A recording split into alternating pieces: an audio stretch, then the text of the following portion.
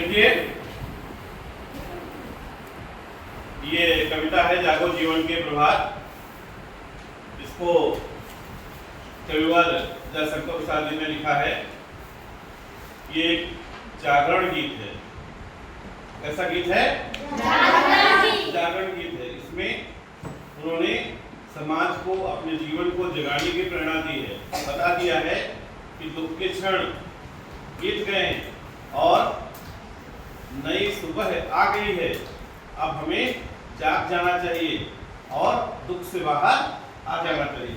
जयशंकर प्रसाद जी एक छायावादी कवि थे। उनकी रचनाएं बहुत ही प्रसिद्ध हैं।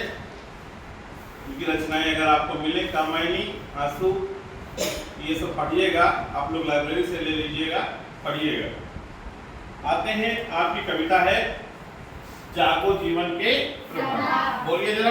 जागो जीवन के प्रभात। अब जागो जीवन के प्रभात, अब जागो जीवन के प्रभात। वसुधा पर ओस बने बिखरे, वसुधा पर ओस बने बिखरे। हिमकन आंसू जो क्षोभ भरे, हिमकन आंसू जो क्षोभ भरे। उषा बटोरती अरुणगार, उषा बटोरती अरुणगार। अब जागो जीवन के प्रभात। अब जागो जीवन के प्रभात। कवि कहते हैं कि वसुधा अर्थात पृथ्वी, धरती, इस पर अभी तक रात थी, दुखों की रात थी। वो रात खत्म हो गई है। ये मेरे जीवन के प्रभात, तुम लोग जाग जाओ। कल व्याख्या लिखनी है, इसलिए अभी से समझ लो। ये मेरे जीवन के प्रभात, ये मेरे जीवन की सुबह, अब तुम जाग जाओ। क्योंकि जब हम रात को सोते हैं तो कब जागते हैं? सुबह जागते हैं। सुबह होने पर जाग जाते हैं। कवि कहते हैं कि आप सभी जाग जाओ। रात में हिमकन आंसू जो क्षोभ भरे।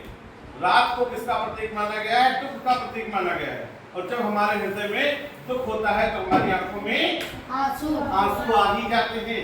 उस आंसुओं को कहां से दिखाया है कि प्रकृति में जब रात हुई थी और रात में पौधों पर, पेड़ों पर, पत्तियों पर क्या पड़ रही थी? घास पर हिमकण ओस पड़ी हुई थी। वो ओस और कुछ नहीं थी, दुख के बिंदु थे, दुख के आंसू थे। वो क्या हो रही है? जब सूरज की किरणें निकलती हैं तो सूरज की किरणें क्या होती हैं? उस आंसुओं को बटोर लेती हैं। ओस जो होती है वो सूख जाती है। तो कह रहे हैं कि अब दुखों की रात बीत गई है।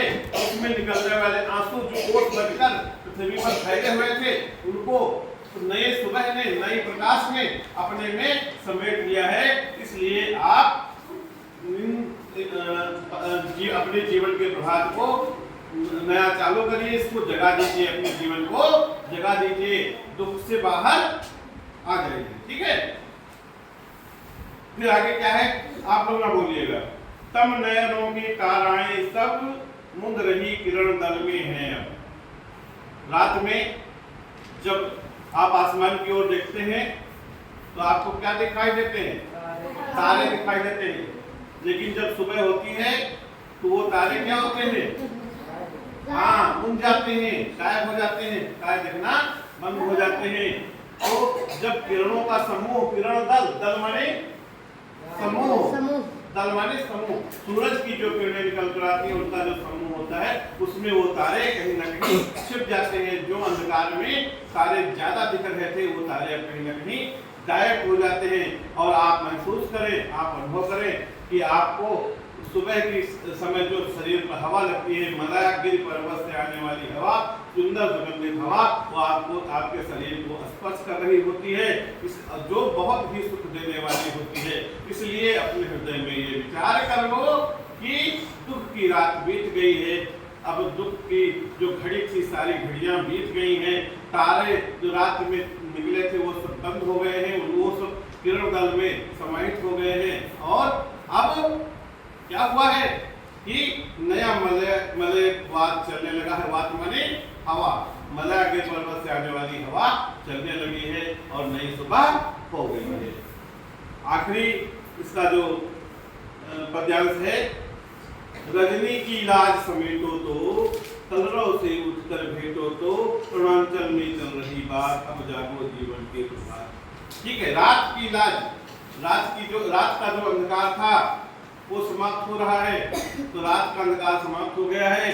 अब पेड़ों पर पक्षी क्या होते हैं, कलरव करने लगे हैं, चहचहाने लगे हैं, सुंदर सुंदर आवाज निकाल रहे हैं। और उठो, मलयागन की हवा चल रही है, उठो, चिड़ियों के सहकने की आवाज को सुनो और अपने जीवन को एक नई दिशा दो, अपने जीवन को एक नई सुबह दो, अपने जीवन को एक नया आयाम दो और इस अंधकार से बाहर आओ। अंधकार बीत चुका है और खुशियों का प्रभात आ गया है। अब अपने जीवन को एक नया सवेरा दो। तो इस कविता का जो एक छोटा सा सारांश है वो ये है कि कवि कहना चाहता है कि अभी तक जो दुख की घड़ी थी, जो रात बीत चल रही थी, जिस रात में हम दुखी थे, वो रात अब बीत गई है और अब सुबह हो गई है।